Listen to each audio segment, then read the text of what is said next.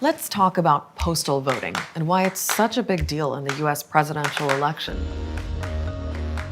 A lot of voters want to mail in their ballots because of the pandemic, to stay safe. For the first time, more than 3/4 of Americans will be allowed to vote by mail. But President Donald Trump doesn't like it. Mail ballots are a very dangerous thing for this country because they're cheaters. He's being accused of trying to mess with the election.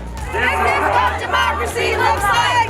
Politicize and sabotage the Postal Service in order to suppress votes is dangerous. So how does postal voting work? Can it really lead to voter fraud? And how might all of this affect the presidential election?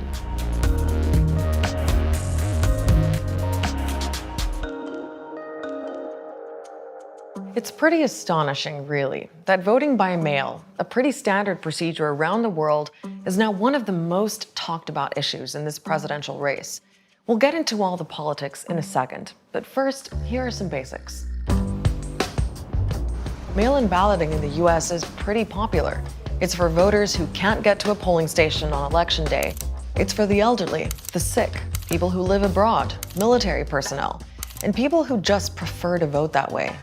President Trump mailed in his ballot in 2018. So did 1/4 of all voters in the last election.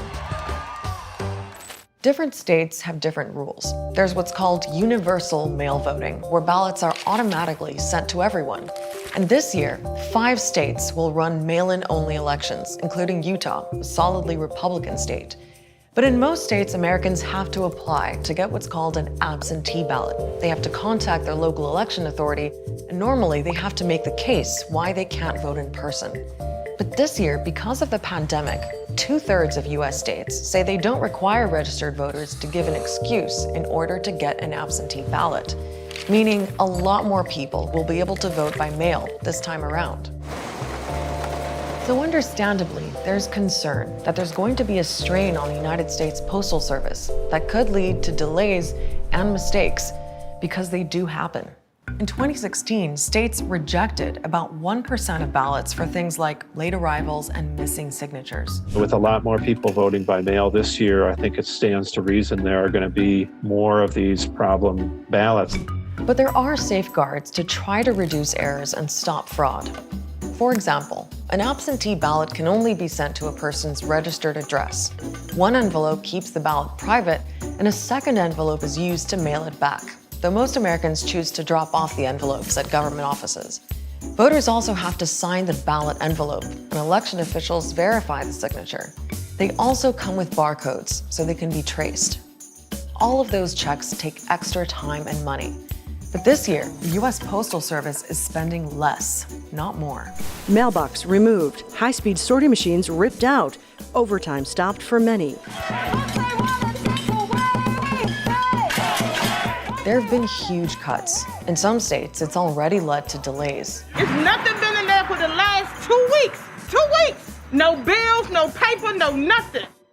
The man behind those cuts is the new Postmaster General, who took charge in June. Louis DeJoy is a businessman who was appointed by Trump to reform the Postal Service. And it is in trouble. It's $160 billion in debt. That's mostly because back in 2006, a new law forced the post office to prepay employees' retirement and healthcare benefits 75 years into the future. Add to that, things like people not mailing as much as they used to. But Trump's critics are still skeptical of DeJoy's appointment for a few reasons. He's personally given the Republican Party and Donald Trump close to $3 million in donations since 2016. That's concerning to us, not only his financial relationships with the White House, but with private businesses that are in competition with the United States Postal Service. And the whole idea is it's not supposed to be a politicized agency. He currently holds stock in a company that has business dealings with the U.S. Postal Service. It does raise questions about ethical conflicts. President Trump has appointed a lot of people sort of loyal to him. What's unusual about the Postal Service is that historically the Postal Service has always promoted people from within. Another concern is about timing. Why bring these cuts in now? Instituting these sort of cost-cutting exercises in the middle of an election year, literally months before the election, looks very suspicious. So why are people suspicious? Well, for the last year, President Trump has been attacking mail-in balloting. And he's making a lot of accusations that ballots will be forged and even illegally printed out and fraudulently signed, that mail drop boxes make it possible for people to vote multiple times, and that they aren't COVID sanitized. That last one was actually flagged up by Twitter as potentially misleading. Mail-in ballots for voting. I think mail-in voting is horrible. But you voted by It's mail corrupt. in Florida's election last month, didn't you? Sure, I could vote by mail for How do you reconcile because I'm that? allowed to. He's also openly said that universal mail-in voting, in his words, doesn't work out well for Republicans. The Democrats are doing it because in theory it's good for them.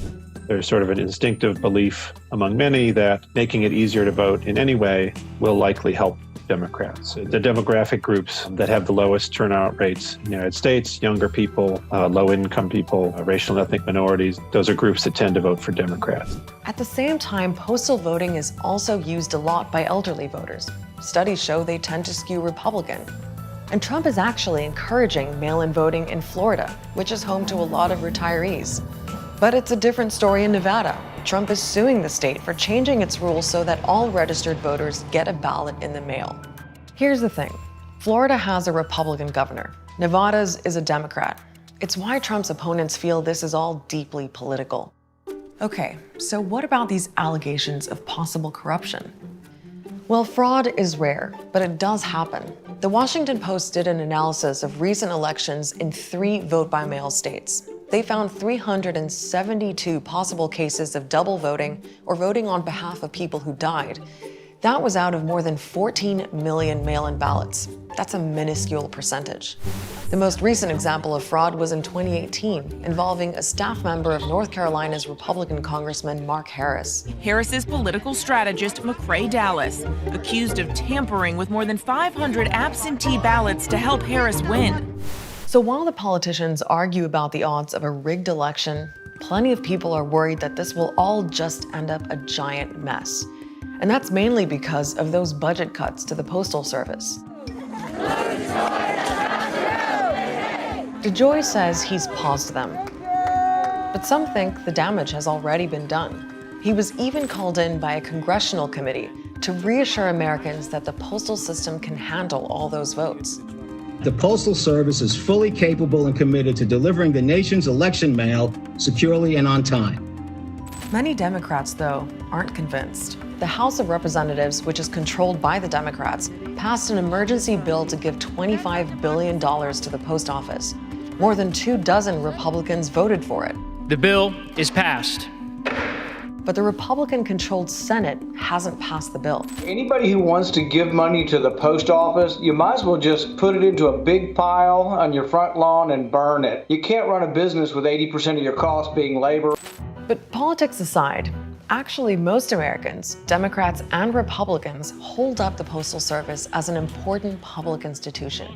And right now, it's under a lot of pressure.